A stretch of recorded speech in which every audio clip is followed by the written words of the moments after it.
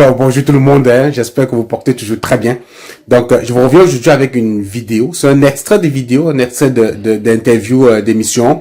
Donc, comme vous le savez, la semaine dernière, on a comme ça gelé le programme d'immigration au Québec. Le Québec qui a mis comme ça une pause sur son programme d'immigration. Et lors de son passage à la télévision, le ministre de l'immigration du Québec explique justement les raisons et les motivations de ce gel. Donc je vous invite à éceuter donc attentivement cet extrait de vidéo. Rapidement, ce qu'on peut retenir ici, justement, comme vous le voyez en titre de vidéo, c'est que les seuils d'immigration en 2025 sont déjà connus. Ils seront à la hausse par rapport à ce qu'on a connu dans les années précédentes. On parle d'à peu près de 67 000 résidents permanents dans la province du Québec. Mais ce qu'il faut surtout savoir, c'est que de ces 67 000 résidents permanents, il y a 53% qui sont déjà sur le territoire. Donc, lorsqu'on parle de 53%, si vous vous rappelez, lorsque je vous avais partagé ma précédente vidéo, je vous disais que l'objectif du Québec, c'était déjà de régulariser les travailleurs temporaires qui sont déjà ici sur le territoire. Et puis, ça fait du sens, hein, c'est-à-dire que est-ce nécessaire d'aller à l'étranger, continuer à faire venir du monde au Québec? Pourtant, on a déjà des personnes qui sont déjà ici, qui sont venues avec des permis de travail fermés, qui occupent des emplois, qui ont déjà un logement, qui ont contribué à l'économie déjà présentement. Et dans cet élan où on a, dans ce mouvement où toutes les provinces essayent de réduire en fait le flux d'immigrants présents de façon générale au Canada, alors il serait vraiment mal pensé de continuer à faire venir les gens de l'extérieur. Donc on va d'abord essayer de se concentrer sur ceux qui sont déjà présents ici, de leur donner un statut de résident permanent. Donc si tu es présentement au Canada avec un statut temporaire, je parle vraiment des personnes qui ont permis de travail fermé, je parle pas des visiteurs parce que ça c'est d'autres choses. Les visiteurs n'ont vraiment pas de grande chance de changer leur statut présentement. Mais si tu es venu en visite et que présentement tu as un permis de travail fermé ou ouvert, de toutes les façons tu as un emploi, il y a de grandes chances que dans les programmes d'immigration qui seront annoncés très prochainement, qui est vraiment des programmes qui visent beaucoup plus à faire venir, à régulariser en fait le statut des personnes qui sont déjà ici. D'ailleurs, le programme de sélection des travailleurs qualifiés dans son volet 2 était déjà orienté vers ces travailleurs temporaires là, parce que dans le volet 2 du nouveau programme Arima qui devait voir le jour en novembre, il y avait déjà justement ce volet 2 qui stipulait que les travailleurs de bas salaire ou bien les métiers peu spécialisés qui avaient 2 ans d'expérience, dont 1 année d'expérience acquise aux Québécois, pouvaient donc appliquer à ce volet 2 là. Donc, c'était comme ça une voie d'accès pour donner la chance, la possibilité à des personnes qui sont déjà ici d'aller comme ça obtenir une résidence permanente. Donc, ça reste d'actualité. Alors, c'est peut-être une bonne nouvelle pour ceux qui sont déjà présents au Québec et en emploi. Essayez simplement de garder votre mal en patience et d'essayer de continuez à bien gérer votre statut de résident temporaire parce que il paraît que 2025 sera vraiment votre année à vous. Donc de ces 67 000, comme j'ai dit, il y a 53% qui sont déjà sur le territoire. On va donc aller à cela ajouter 14 000 qui seront des étudiants parce que les étudiants, on souhaite accueillir environ 14 000. Maintenant, il y a le regroupement familial, ceux qui essaient de faire venir leurs parents, grands-parents, en résidence permanente, les conjointes et tout ça là. Et puis maintenant, ceux qu'on va aller chercher à l'étranger. Donc vous comprenez que dans ce pourcentage là, des personnes qui essaient de venir au Québec avec une résidence permanente via le programme Arima, qui sont encore à l'étranger, ça sera vraiment très difficile l'année prochaine d'aller chercher une sélection parce que ça va être le pourcentage de résidents permanents qu'on va aller chercher à l'extérieur du Canada sera vraiment minimum, vraiment minime. Donc, une raison de plus pour vous dire de vous concentrer autant que possible sur d'autres procédures d'immigration, notamment l'entrée express. Je vais d'ailleurs vous partager très prochainement une autre vidéo du Premier ministre du Canada cette fois-ci, qui annonce comme ça un recrutement massif des candidats à expression française dans le reste des provinces du Canada. Donc, si vous parlez français, vous avez certainement remarqué cette année, il y a eu un grand mouvement de sélection des candidats dans le bassin entrée express, ce qu'on appelle les invitations sur la base des compétences linguistiques. Dans cette catégorie-là, il suffit d'avoir un bon résultat au test de français et très souvent, les scores sont vraiment minimum ridicules. D'ailleurs, je me rappelle que le score le plus bas de toute l'histoire d'Entrée Express, soit 365 à peu près, a été obtenu cette année dans le cadre de ce programme-là lors des sélections de compétences linguistiques. Donc, il suffit d'avoir un test de français, d'être dans le bassin et vous avez la chance d'être tiré dans ce programme-là. L'année dernière, on a sélectionné 6% des résidents permanents dans le programme Entrée Express étaient des candidats qui avaient à expression francophone, vraiment, c'est-à-dire des candidats dans la catégorie compétences linguistiques. Donc, le ministre du Canada a annoncé qu'il va hausser ce seuil-là à 10%. Donc, bougez-vous, rentrez dans les bassins, essayez de travailler vos capacités financières parce que c'est le nerf de la guerre d'Entrée Express. Voilà, donc pour ce qui est du Québec, on ouvre d'ici juin, ça c'est connu, on va accueillir 67 000, 53% de ces 67 000 seront des gens qui sont déjà ici. Il y a un faible pourcentage qui va venir de l'extérieur. Donc, voilà quoi. Si tu te souhaites te faire accompagner, tu connais la formule www.exponentielimmigration.com. On se retrouve dans une prochaine vidéo. Bien sûr, reste puis écoute l'extrait de la vidéo jusqu'à la fin, puis like la vidéo et partage. Salut! Mesdames et messieurs, bonsoir et bienvenue à l'Essentiel. Ici Catherine Lafrance en remplacement d'Esther Bégin. Les réactions fusent aujourd'hui après l'annonce par Québec hier d'instaurer un moratoire sur 2 programmes d'accueil d'immigrants permanents. Le monde du travail dénonce cette décision improvisée, disent plusieurs, qui risque de les priver des travailleurs étrangers dont ils ont désespérément besoin. Les réactions politiques ne se sont pas fait attendre non plus. Le ministre de l'Immigration fédérale, Mark Miller, considère que cette mesure va rendre le statut des demandeurs plus précaire encore. Alors, nous recevons le ministre québécois de l'Immigration, Jean-François Roberge. Bonjour, Monsieur Roberge. Bonjour, Mme France. Alors, pourquoi avoir fait cette annonce maintenant? Qu'est-ce qui a incité cette décision?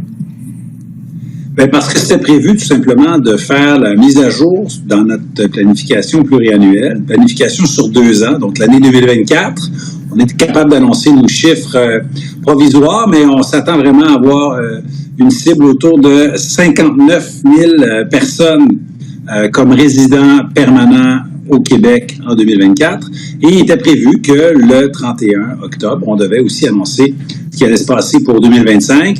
À ce moment-là, pour 2025, on anticipe 64 000 personnes comme résidents permanents au Québec. Écoutez, c'est une annonce qu'on a faite le 31 octobre, jour de l'Halloween. Il y en a qui soit ont eu peur ou soit se sont amusés à faire peur aux gens un peu en disant que soit que c'était beaucoup trop, soit que c'était vraiment pas assez. Manifestement, on était au centre dans ce cas-ci. Oui, ben vous avez certainement vu la réaction des gens d'affaires. Ils ont peur, effectivement.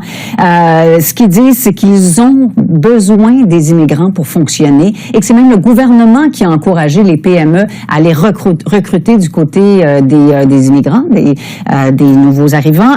Qu'est-ce que vous dites à ces gens-là?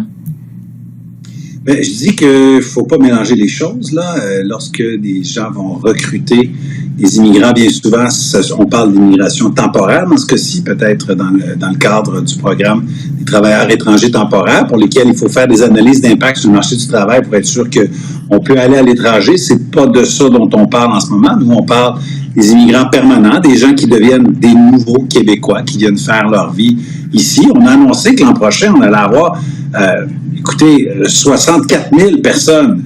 C'est quand même pas mal élevé, je vous dirais. Et même, on a annoncé ce moratoire-là parce que sinon, ça aurait été beaucoup trop élevé. Mais attention, quand on dit qu'on va arrêter la réception de demandes pour notamment des étudiants, ça ne veut pas dire qu'on ne veut plus d'étudiants au Québec parmi nos immigrants permanents. Ça veut dire que pendant certains temps, on va arrêter de traiter ces demandes-là jusqu'à la prochaine planification pluriannuelle qui aura lieu en 2025 pour voir ce qu'on fera l'année 2026, 27, 28. Mais il n'y a pas de grande surprise dans ce qu'on a annoncé hier. On suit notre plan sur 2 ans, année 24, année 25. Est-ce que le monde des affaires avait été consulté?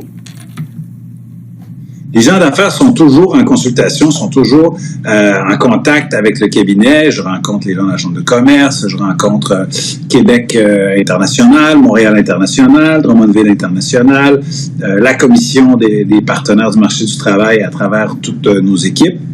Ça ne veut pas dire qu'ils sont toujours d'accord, mais la capacité d'accueil du Québec doit être respectée. On a une crise du logement, comme d'ailleurs beaucoup à travers le Canada. On a aussi des logements qui sont très élevés. L'idée, c'est qu'on ne peut pas accueillir à l'infini autant de gens que ce que voudraient des fois des gens d'affaires. Mm-hmm. Mais il y a la plupart des économistes aussi qui disent que le Québec a besoin pour plusieurs raisons de ces immigrants et même de davantage d'immigrants. Est-ce que vous n'êtes pas en train de mettre en place des mesures électoralistes et sacrifier l'économie? Non, absolument pas. Écoutez, avec des seuils, on avait dit qu'on allait accueillir autour de 50 000 immigrants par année. C'est ce qu'on a dit, c'est ce qu'on fait. On garde nos cibles d'immigrants réguliers autour de 50 000. En parallèle, à côté, ma prédécesseur avait annoncé que pour 2 ans, on essayait quelque chose de nouveau, c'était d'accueillir au-delà de cette cible des étudiants francophones étrangers diplômés ici en territoire québécois, et on pense en accueillir l'an prochain, 2025, 14 000. C'est un peu plus qu'anticipé, donc je vois mal comment des gens d'affaires pourraient nous dire qu'on n'en fait pas assez alors qu'on en fait un petit peu plus que ce qui était anticipé. S'ils avaient suivi nos prévisions, nos directions, ce qu'on allait faire, ils trouvent pas qu'on n'en fait pas assez. Ils doivent dire, très bien, on accueille davantage de diplômés prêts à entrer sur le marché du travail. C'est ça la bonne nouvelle pour eux. Quel est le son de cloche que vous avez du côté de la population, l'électeur moyen? Est-ce qu'il est d'accord avec cette mesure, vous pensez? C'est une mesure qui est... le dossier d'immigration, c'est un dossier qui est assez complexe. Donc, des fois, il y a un paquet de chiffres qui sont lancés un peu partout. Et des gens qui, des fois, dans l'opposition, s'opposent pour s'opposer. Mais je pense que les Québécois, ce qu'ils veulent, en réalité, là, ce sont des immigrants économiques, prêts à travailler, prêts à contribuer. Des gens qui parlent français. Et c'est ce sur quoi on mise. L'an prochain, l'année 2025, c'est le record de tous les temps. Jamais nous n'aurons accueilli autant d'immigrants francophones. 80% des immigrants qu'on va accueillir, là, des immigrants permanents, sont des gens qui parlent français. En pourcentage, ça s'est jamais vu. Mm-hmm. Et il y a aussi le fait qu'on veut réduire le nombre d'immigrants temporaires sur le territoire québécois. L'an prochain, 53% des immigrants permanents sont des gens qui étaient dans la liste des temporaires, qui sont déjà sur le territoire québécois. Donc ça aussi, c'est un souhait de la population québécoise. Je pense qu'on répond réellement à ce que souhaitent les Québécois. Bon, vous avez dû voir, j'imagine, la réaction de M. Miller hier, qui a dit, écoutez, si Québec veut pas des étudiants étrangers francophones, on va les prendre ailleurs dans d'autres provinces, on en a besoin partout. J'imagine que vous avez dû trouver ça un petit peu ironique. Oui, M. Miller a un sens de l'humour un petit peu grinçant. Là. Je pense que soit qu'il voulait faire une note d'humour, soit il n'avait pas lu le communiqué au complet. Là. Mais il n'y a aucun étudiant étranger qui est mis à la porte du gouvernement, du territoire du Québec avec cette mesure. Les étudiants, lorsqu'ils diplôment, s'ils ne sont pas tout de suite dans la filière du programme d'expérience québécoise, là, le PEC diplômé, ils ont un permis de travail. Donc, ils peuvent très bien être diplômés dans les prochaines semaines, en décembre, dans certains cas, rester au Québec avec leur permis de travail, déposer leur demande et devenir les immigrants permanents de la fin de l'année 2025 ou même de l'année 2026. Les étudiants francophones diplômés du Québec, je ne pense pas qu'ils ont à se magasiner une province de résidence, là. Bon, c'est un trait d'humour de M. Miller, mais je ne pense pas que ça soit très pertinent. Bon. M. Roberge, en terminant, comment ça va se passer maintenant? Ces programmes-là, est-ce que vous allez les redémarrer automatiquement ou vous allez attendre de voir comment se passent les choses, comment se déroulent les choses? L'arrêt de ces programmes est important et pertinent parce qu'on veut atteindre en 2025 les cibles qu'on s'est données, donc c'est important de le faire.